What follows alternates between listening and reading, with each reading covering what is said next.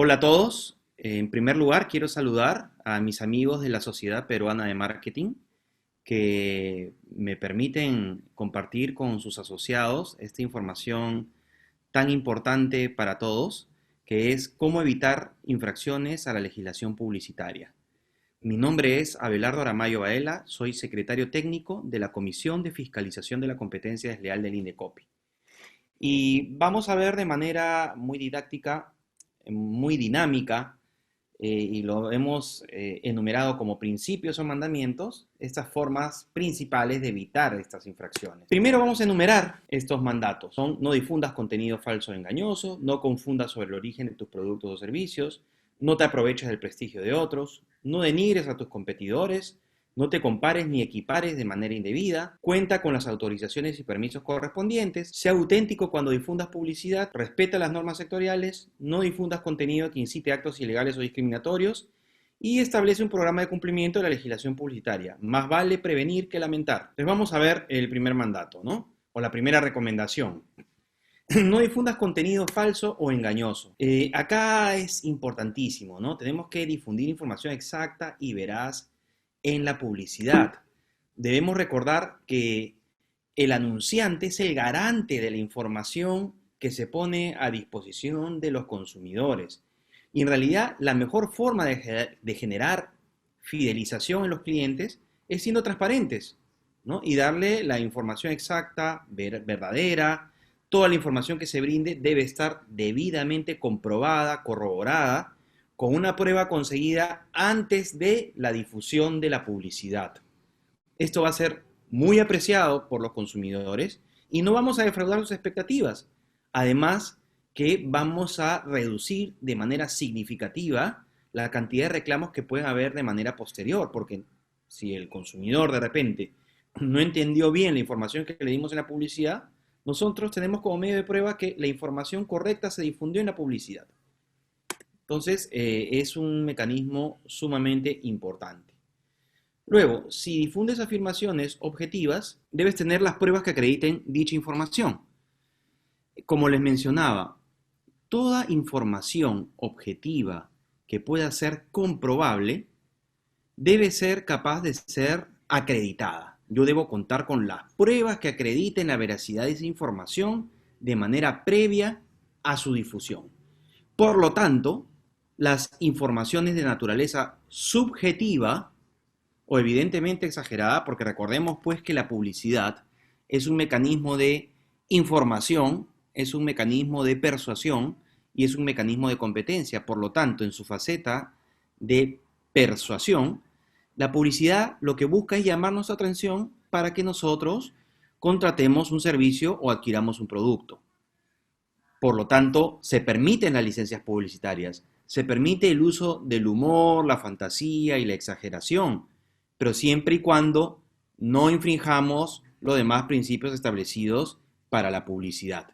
Por eso, si yo difundo afirmaciones evidentemente subjetivas, como por ejemplo, yo tengo el pollo a la brasa más rico del universo, que es algo que no está sujeto a comprobación, que se ve evidentemente que es una información exagerada, yo no estoy en el deber o en la obligación de acreditar la veracidad de esa información, porque el consumidor asume y percibe efectivamente esa información como exagerada. Pero si yo señalo que mi producto natural cura la diabetes, el cáncer o alguna enfermedad determinada, entonces yo debo contar con las pruebas científicas que acrediten esa afirmación. Y debo contar con esas pruebas antes de la difusión de la publicidad, como ya se los he mencionado. A esto se le llama deber de sustanciación previa. También otro punto muy importante. Vamos a la publicidad testimonial, ¿no? La publicidad testimonial debe estar sustentada en experiencias auténticas y recientes del testigo, ¿no? Es decir, el testigo realmente ha debido tener una experiencia verdadera con el producto o servicio que está atestiguando. Y bueno, y esa experiencia tiene que ser reciente, porque si yo digo que he tenido una experiencia positiva con una crema para la piel y me eché esa crema hace 10 años, entonces de repente las propiedades que tenía ese producto hace 10 años ya no son las mismas que tiene en la actualidad. Por lo tanto, la ley exige que la experiencia también sea reciente. En ese punto basta pues con una declaración jurada o con cualquier medio que acredite que efectivamente el testigo haya tenido esta experiencia con el producto o el servicio. Otro punto sumamente importante, no hay que confundir a los consumidores sobre el origen de nuestros productos o servicios. A esto en el derecho de la competencia desleal se le llama actos de confusión o también tenemos los actos de explotación de la reputación ajena. Debemos recordar, y hay que dejar muy claro, que está o se encuentra establecido el derecho a la libre imitación de iniciativas empresariales. Precisamente esta imitación es lo que le permite a la sociedad y a la tecnología innovarse y que los nuevos agentes económicos se vayan un poco adecuando a la forma de presentación o a la forma de prestación que tiene el líder en el mercado, ¿no? El innovador. Pero esta imitación no debe implicar una infracción a los derechos de propiedad industrial, a los derechos de marca, de patente, de diseño industrial, ¿no? Que está en nuestra legislación dentro del derecho de invenciones y nuevas tecnologías, y tampoco deben configurar actos de competencia desleal. Es decir, el imitar una iniciativa empresarial no debe significar generar actos de confusión. Yo debo diferenciarme claramente o diferenciar claramente mi oferta de la oferta de la competencia, ¿no? Acá vemos un ejemplo. A este ejemplo de los ketchup podemos llamar como un acto de confusión directa, ¿no? La presentación de ambos productos es sumamente similar, tan similar que un consumidor puede tomar a uno como si fuera el otro, ¿no? Sin darse cuenta. Este acto de confusión pues genera muchos problemas, ¿no? En primer lugar, se pierde la distintividad de la marca o se pierde la distintividad del signo que viene utilizando el proveedor si es que no lo ha registrado como marca. Y se pierde pues la finalidad de identificación y diferenciación que debe tener. Además, el competidor desleal que está copiando esta presentación está también además generando un desprestigio a todo el género de productos si es que su producto es malo, si es de mala calidad o si es que genera un problema en el consumidor. El consumidor va a decir, todos los productos que tienen esta presentación van a ser malos y no va a comprar a ninguno. Ese es el gran problema y el gran perjuicio que genera este tipo de actos, que se dan también en la publicidad. No solamente en la presentación del producto, la publicidad también debe o debemos preocuparnos de no ofrecer o mostrar presentaciones que sean similares o de repente diseños o contenidos en la publicidad o imágenes o textos que den a entender a los consumidores que mi producto es igual que el producto de la competencia o que tenemos un mismo origen empresarial o que tenemos alguna vinculación económica, ¿no? Recuerden, se deben respetar los derechos de propiedad intelectual, los signos, patentes, los derechos de autor. Eso es algo sumamente importante. Como les mencionaba, si el derecho no está registrado, también hay que respetar las presentaciones, las imágenes, las denominaciones, por más que no sean marca, porque podríamos estar ante un acto de explotación de la reputación ajena o de confusión, ¿no? Vale aclarar que cuando se denuncia una infracción a un derecho de marca, la vía idónea es la comisión de signos distintivos, ¿no? Debo ahí presentar una denuncia. Pero si no hay un derecho de marca o el que denuncia no es el titular de una marca, debe ir por la vía de la Comisión de Fiscalización de la Competencia Desleal, ¿no? Por la presunta comisión de un acto de confusión o explotación de la reputación ajena. Entonces, esto nos lleva al siguiente mandato, ¿no? No te aproveches indebidamente de la imagen, el crédito, la fama, el prestigio o la reputación empresarial o profesional de otro agente económico. Hay que evitar generar un riesgo de asociación de cualquier tipo con un tercero cuando no existe un vínculo, ¿no? Estamos poniendo ejemplos de algunas marcas reconocidas. Imaginemos que yo tengo una presentación de un local, tengo una franquicia, con elementos visuales en la parte externa e interna y sale un competidor que copia mis elementos visuales, ¿no? Los colores, la combinación de colores, de repente algún diseño arquitectónico, entre otros. Pero yo no he registrado estos diseños, esta combinación de colores, esta presentación interna y externa de mi negocio. No lo tengo registrado como marca, ni tengo ningún derecho de propiedad intelectual sobre los mismos. Entonces, en ese caso, el competidor estaría igual explotando mi reputación porque está usando mi presentación. Incluso puede hacer que puede afectar el valor económico que tiene mi franquicia, porque recordemos que un elemento fundamental de una franquicia también es la presentación, ¿no? Que es lo que va a permitir a los consumidores identificar cuándo está ante una franquicia determinada y cómo diferenciarla de las demás. Entonces, en ese caso estamos ante un acto de explotación de la reputación ajena, ¿no? Por más que los locales afuera existe un letrero con el nombre de la empresa, que sean muy distintos y yo pueda diferenciar claramente a la empresa X de la empresa Y, si la presentación es igual o es muy parecida, el consumidor podría pensar de que ambos establecimientos tienen un mismo origen empresarial cuando en realidad no es así, ¿no? Entonces, debemos tener muy en cuenta esta recomendación. Luego, no denigrar a los competidores. Eso es fundamental. Hay agentes económicos o hay empresarios que buscan tener mayor clientela generando descrédito sobre sus competidores, ¿no? Entonces sacan de repente comunicados o publicidad señalando pues que el producto de la competencia no tiene calidad, puede generar problemas en la salud de las personas o incluso que han cometido infracciones legales o que venden productos falsificados, entre otros, ¿no? Que son algunos casos que se han presentado ante la comisión. Entonces, esas comunicaciones, esa publicidad, lo que buscan es menoscabar la imagen, el crédito, la fama, el prestigio o la reputación empresarial o profesional de otro agente económico. Y en realidad, ese menoscabo de la reputación no es ilegal siempre que se cumplan con los requisitos legales. Es decir, si tú difundes información sobre un competidor, esa información debe ser verdadera, exacta y pertinente. Si yo digo que el producto de mi competidor es dañino para la salud, digamos que ahí, y eso es verdad, y yo tengo las pruebas de que eso es cierto, ahí prima pues el interés público, ¿no? De salvaguardar la salud de los consumidores. Y en realidad este empresario como ciudadano está haciendo de conocimiento público un acto que puede afectar pues la salud de las personas. Pero para ello la información debe ser verdadera.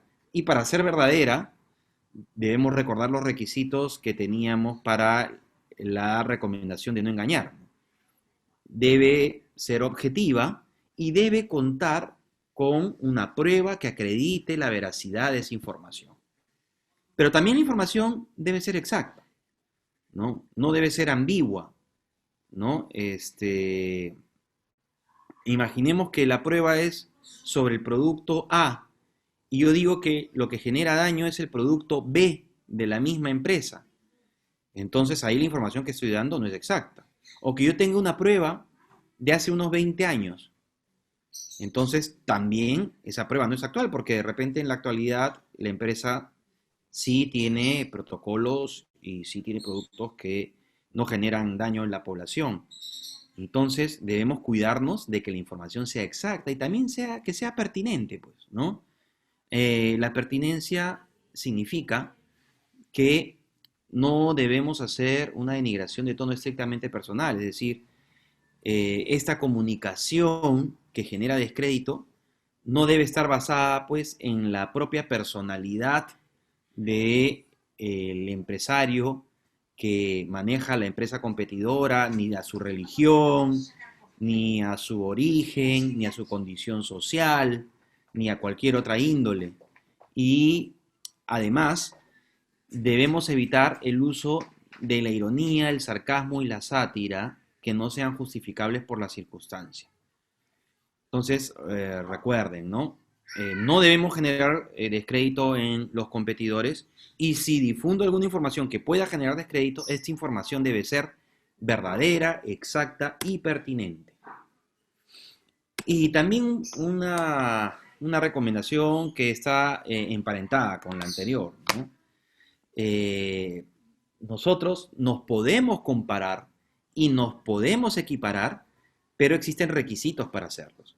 Si te comparas o equiparas con un competidor de manera inequívoca, es decir, no hay duda de que me estoy comparando con un competidor, debemos asegurarnos de que la información sea verdadera, exacta y pertinente, ¿no? En la comparación yo básicamente resalto las diferencias entre ambos productos, ¿no? Por ejemplo, mi producto tiene un menor precio que el otro, el automóvil que yo vendo tiene determinadas características técnicas que son distintas del automóvil de la competencia, pero estas características que tiene mi automóvil lo hacen mejor, ¿no? Lo hacen ser una mejor propuesta para los consumidores.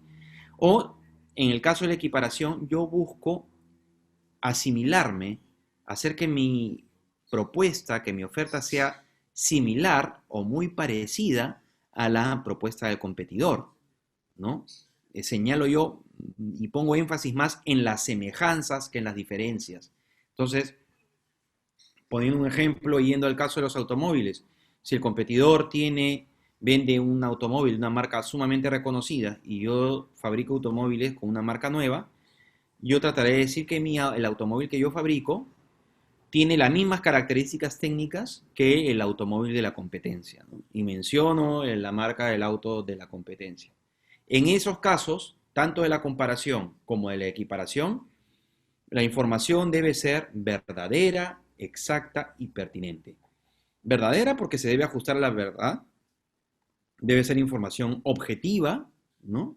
Clara y actual, y debo contar con una prueba que acredite la veracidad de esa información, ¿no? Y esa prueba debo haberla conseguido antes de la difusión de la publicidad.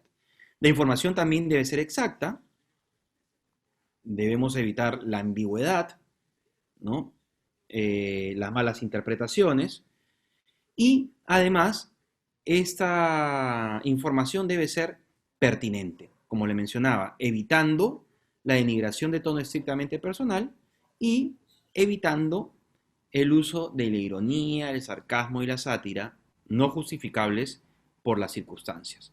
Entonces, de más está decir pues que la publicidad comparativa está permitida, ¿no? Y es una herramienta muy importante para darle a los consumidores información adecuada y darle herramientas que le permitan elegir entre la oferta que mejor se adecue a sus intereses.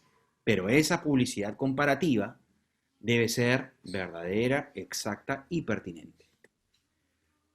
Otro punto muy importante, ¿no? Cuenta con las autorizaciones y permisos correspondientes. Si realizas una actividad económica, asegúrate de contar con las autorizaciones, contratos y títulos que se requieren para ello. Si, por ejemplo, yo opero una institución educativa, bueno, debo contar con los permisos requeridos tanto por la municipalidad para las licencias de funcionamiento como por el Ministerio de Educación. Cuando la actividad tiene como requisitos algún tipo de autorización, trámite, o de repente, si se requiere algún contrato de exclusividad privado para participar en una actividad económica, entonces yo debo estar seguro de contar con ellos para poder realizar una competencia honesta y leal. De lo contrario, estaríamos cometiendo un acto de competencia desleal denominado como de violación de normas, porque no es adecuado ni eficiente para el orden económico que existan proveedores y empresarios que compitan en el mercado, cumpliendo con todas las reglas y todas las autorizaciones correspondientes, cuando en realidad existen competidores que no cumplen ninguna norma, ninguna autorización. Ojo que en este punto debemos, y no entra, no se aplica a la competencia prohibida, ¿no? A las actividades que se encuentran totalmente prohibidas por ley y en los casos en los que la actividad se encuentra penada por una norma sectorial, ¿no? Se debe, y consideramos de que existe un acto de violación de una norma imperativa, se requiere la sanción de la autoridad sectorial para poder ir por la vía de los actos de violación de normas. Pero en los casos en los que se necesita simplemente una autorización para competir en el mercado, basta con la ausencia de la autorización para que se configure este tipo de acto de competencia desleal. Luego tenemos que debemos ser auténticos cuando difundimos publicidad, ¿no? Acá debo recordar que el Indecopi publicó una guía para influencers y un resumen ejecutivo de la guía para influencers que se encuentra en la página web de la institución. Y hay distintas recomendaciones, entre ellas la más importante: no difundas publicidad encubierta bajo la apariencia de noticias, opiniones periodísticas, entre otros, ¿no? ¿Por qué? Porque el consumidor considera que los contenidos que hacen los influencers pueden ser contenidos propios, fruto de su investigación, de su trabajo, de un análisis imparcial, cuando en realidad ese contenido puede haber sido pagado por una empresa.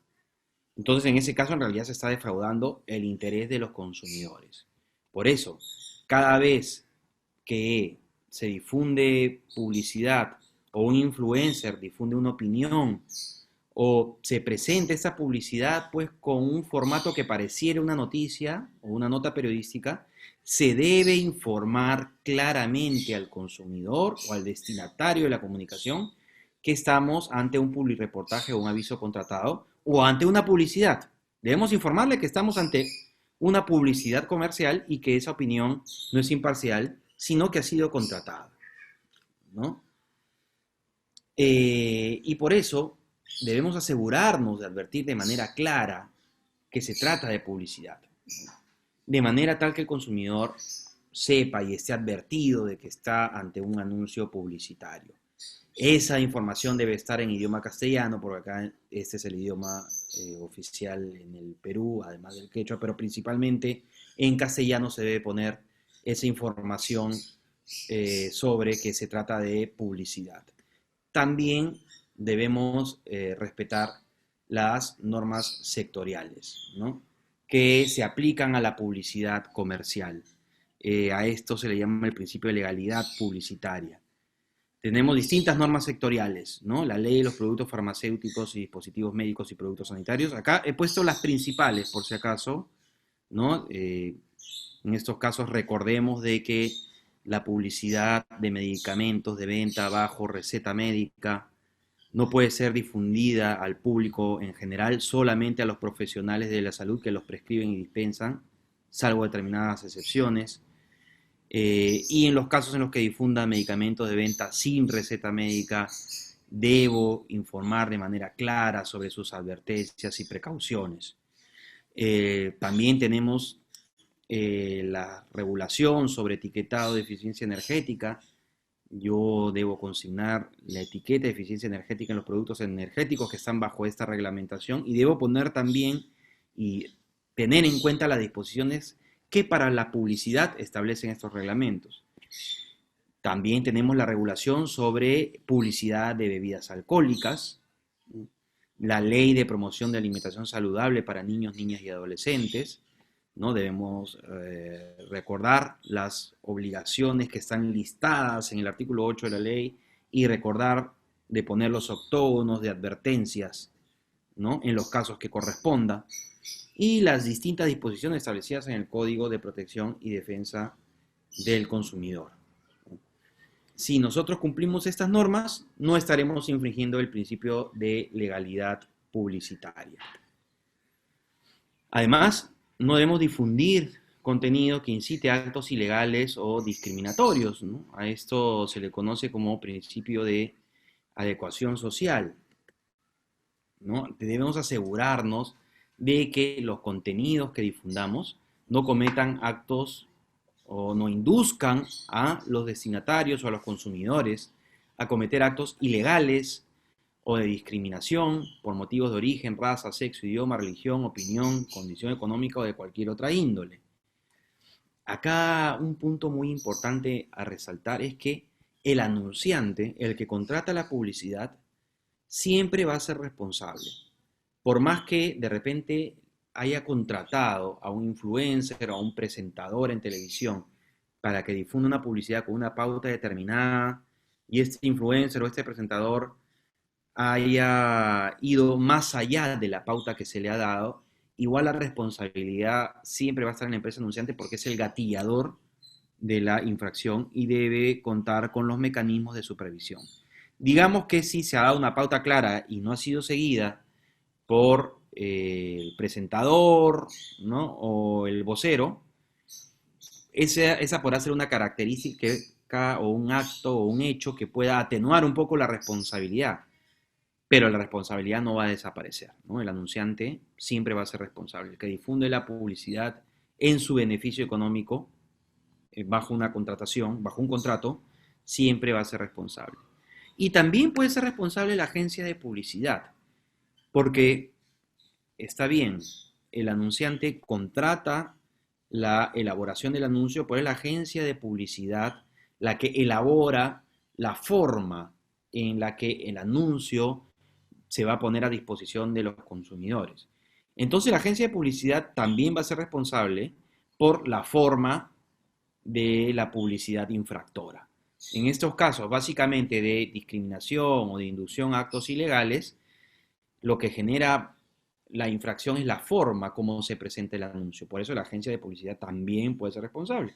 Y en los casos de los influencers también pueden ser responsables porque los influencers también hacen las veces de agencia de publicidad, ya que el anunciante los contrata para que difunda un anuncio y el influencer es el que idea, el que imagina de manera creativa la forma como va a difundir este anuncio publicitario.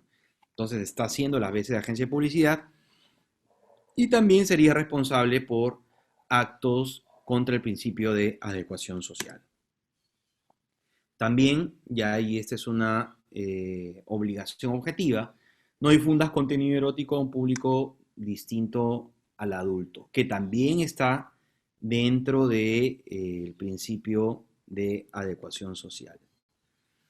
Y establece un programa de cumplimiento, ¿no? Implementa un programa de cumplimiento normativo de acuerdo al Decreto Supremo 185-2019-PCM para asegurar el cumplimiento de las disposiciones de la Ley de Represión de la Competencia Desleal. Ello va a ser considerado si es que se configura una posible infracción. Para ello, los principales directivos de la empresa deben involucrarse y respaldar el programa, porque si se tiene un programa de cumplimiento de nombre, pero las cabezas de la organización no están involucradas, entonces es como si no existiera, ¿no? No va a haber un verdadero compromiso de cumplir este programa. También se debe establecer una política y procedimientos destinados al cumplimiento de la normativa, o sea, de ser un programa de cumplimiento efectivo. Deben existir mecanismos internos para el entrenamiento y educación de personal en el cumplimiento de la normativa. Deben existir mecanismos de monitoreo, auditorías y para el reporte de eventuales incumplimientos. Deben haber mecanismos para disciplinar internamente los eventuales incumplimientos, porque si no hay una obligación, no hay una obligatoriedad y no hay una consecuencia negativa del incumplimiento de este programa, entonces no va a ser seguido, no va a ser cumplido por los miembros de la organización. Y básicamente se debe asegurar que los eventuales incumplimientos son aislados, ¿no? No son incumplimientos generalizados y que estos incumplimientos aislados han sido debidamente disciplinados o serán disciplinados en el futuro. Bueno, hasta aquí he llegado con este breve resumen con los mandatos para evitar ser sancionados por la legislación publicitaria. Aquí tienen mi nombre. Yo soy Abelardo Aramayo Baella. Mi correo es aramayo@indecopy.gov.p. Y nuevamente agradezco a la Sociedad Peruana de Marketing que de manera muy responsable está difundiendo información muy útil para sus asociados. Estoy seguro de que esta información la van a utilizar en el día a día y con esto estamos ayudando también a evitar que se produzcan infracciones y asegurar que la publicidad y el marketing realmente sean herramientas que sirvan a la sociedad y a los consumidores, ¿no? Ello ayuda a formalizar la economía y hacer que este sistema económico sea eficiente y genere beneficio para todos. Muchas gracias.